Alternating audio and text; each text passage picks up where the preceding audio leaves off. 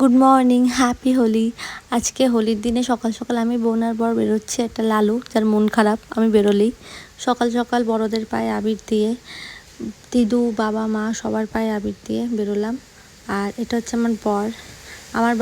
আমার বাড়িতেও আমি একটু গেছিলাম আমার বাবা মার পায়ে আবির দিতে। সব কিছু করে তারপর আমরা বন্ধুরা একটা পিকনিক মতো অ্যারেঞ্জ করেছিলাম। নিজেরাই আমরা সবাই রান্না বান্না করব, তার জন্য সব কিছু আমরা অ্যারেঞ্জ করছি। গ্যাস জল সব কিছু করে নিজেরা চিকেন আর ভাত খুব অল্পের উপর দিয়ে রান্না করছি। নিজেরা কাটাকুটি করে সব অ্যারেঞ্জ করে পিকনিক করার মজাটাই খুব আলাদা।